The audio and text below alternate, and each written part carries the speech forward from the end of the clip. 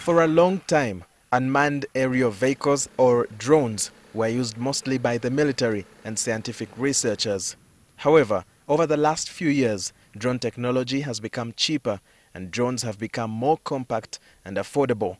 They are now more likely to be used by civilians for a host of activities that range from aerial photography and filmmaking to surveying.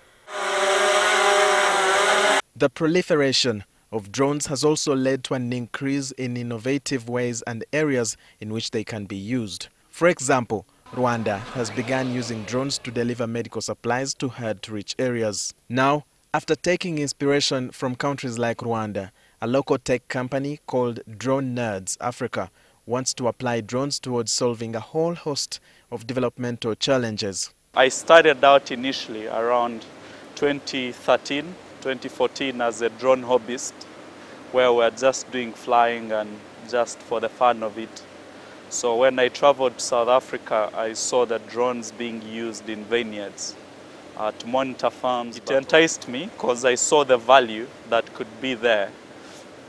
And then the story of zipline in Rwanda also broke up, where they were using the drones to deliver blood. However, Silva Kayondo, the co-founder of Drone Nerds Africa, says the absence of a clear policy on the use of drones is stifling the development of any potential innovations. CAA has moved to regulate remotely piloted aircraft systems. They are calling them that.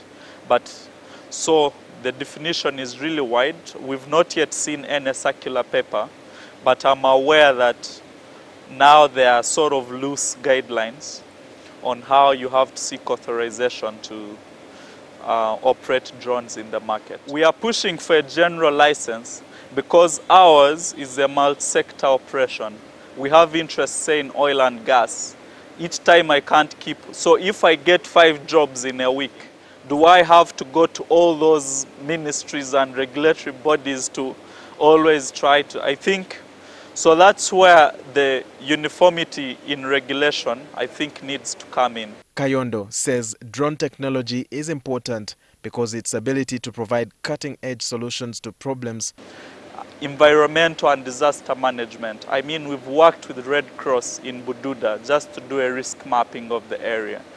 Leapfrog effect in poor terrain, poor infrastructure areas when the bridges are washed off, for instance, and cars cannot access that place. So you're able to launch a drone there and drop off the medicine or collect stool and blood samples if you've had an outbreak of a disease that you're trying to investigate.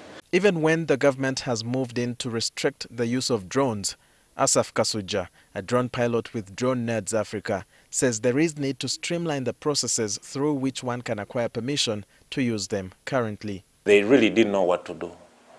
I can say they were ignorant about what really drones do. So whenever we could go to CAA, they would take us to CDF, they would take us to police, and different. They used to contradict. At my company, by virtue of being a lawyer, even when we didn't have a regulatory framework to follow, we've been doing self-regulation.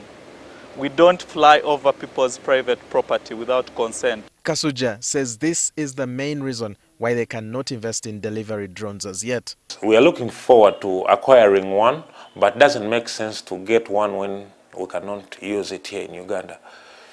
So we're trying really hard to work with Ministry of Health and ICT so that we can get permission and work just as our neighbors in Rwanda. When we spoke to the Minister for ICT, Frank Tumwebaze, he said regulation of drones is the mandate of the UPDF. They get clearance from the Ministry of Defense. It's a security issue. It's not our sector. For us, we support IT innovations generally, but the regulation of flying over objects falls under the Ministry of Defense. If you're to see everything from a national security perspective, even mobile phones can be a national security thing. So I think the fears, though justified, I think are not really unique in the sense that the solutions are already there. The UPDF was not readily available for a comment. However, There are some guidelines that have been issued by State House. Sustainable Development Goal 9 calls for investment in infrastructure and innovation as crucial drivers of economic growth and development. Technological progress is also key to finding lasting solutions to both economic and environmental challenges, and it is now up to governments to find all ways of meeting the SDG Goal 9 in order to improve the livelihoods of their citizens. Walter Mwesije, NTV.